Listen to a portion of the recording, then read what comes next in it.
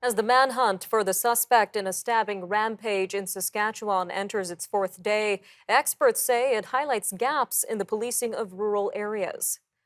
Justice Studies professor Rick Ruddell at the University of Regina says police officers in Saskatchewan are often spread thin, with massive areas to patrol. Dr. Ruddell says that can lengthen police response times, and it could hinder the ability to respond in the immediate aftermath of a serious crime before additional resources are brought in. Scott Blanford, a former police sergeant in London, Ontario, says while mass murders are rare in Canada, the recent stabbings highlight the cracks in the policing of rural areas and the challenges facing officers. Well, with us now to discuss the issues impacting rural policing is Dr. Rick Ruddell, policing expert and professor at the University of Regina. Dr. Ruddell, welcome to Forum Daily. Well, thank you for having me. So, some very tragic events unfolded this weekend in Saskatchewan. Let's start with a brief overview of what we know so far about the recent mass stabbing on the James Cree Nation as well as the village of Weldon. Well, these events happened on early Sunday morning, and there was a pretty immediate police response to that. Uh, the, there was initially 10 victims found who were murdered and 18 people who were wounded. And so a very serious very complicated crime scene as it was spread over two towns and the James Cree First Nation. So it was obviously a challenge for the police who responded. Uh, one of the and since then, there's one suspect known to be at large, and that person is currently at large.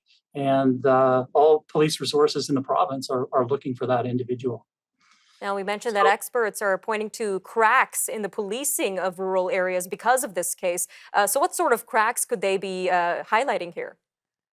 well, policing throughout rural Canada is spread really thin. So the amount of officers to cover such a big geographical area is scant. And I think that in Canada, we've been getting away with policing on the cheap in terms of rural areas. So I'll just give you one example. Uh, a response time in Ottawa, one of the very few places that actually publish their police response times.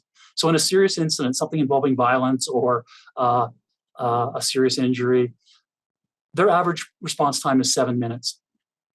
Now, if you go to the countryside in rural Saskatchewan, rural Alberta, even rural Northern Ontario, you might be very lucky to get a police response to a serious incident within 30 minutes to an hour. And it might even be longer depending on inclement weather or if the police resources are spread, not only spread thin, but say they're attending a collision somewhere else or another serious event. So a lot of people in the countryside feel pretty vulnerable about that, knowing that they're not going to get a very rapid response time, and they feel isolated and vulnerable. Now, as you say, you can see these issues in rural or northern Ontario. So, are these rural policing issues seen across the country, or are they unique to certain areas of Canada? They're pretty much right across the board throughout Canada, and this is not uh, a new sort of discovery. Uh, I'm on some committees that deal with international policing issues, and these are common in the United States, United Kingdom, and throughout Europe. Policing response times in the countryside are fairly poor for the most part, and that's not the fault of the individual officers. If there's only one person working on that shift, that's the only person who can respond, and they might be 30 to 50 kilometers away from a serious incident. All right, Dr. Ruddell, we've got about a minute and a half left here. So, let's talk about some solutions. What kind of steps can our officials take to address rural policing, and what's at risk here if they don't?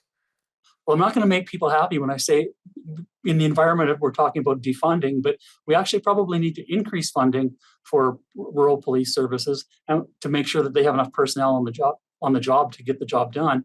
And also, there needs to be some expenditure in terms of community resources to bolster those rural communities in terms of addiction services, mental health services, and providing those supports to actually reduce crime.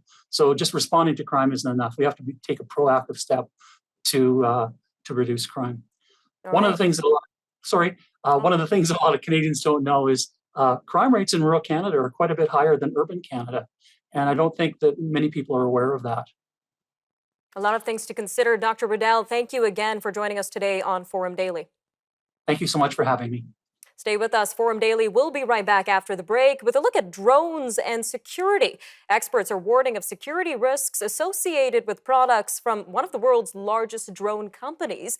We'll be joined by Ryan Brobst, a research analyst at the Foundation for Defense of Democracies. He's going to help us to unpack the concerns by government and security experts around DJI drone products. So stay tuned. Forum Daily will be right back after a short break.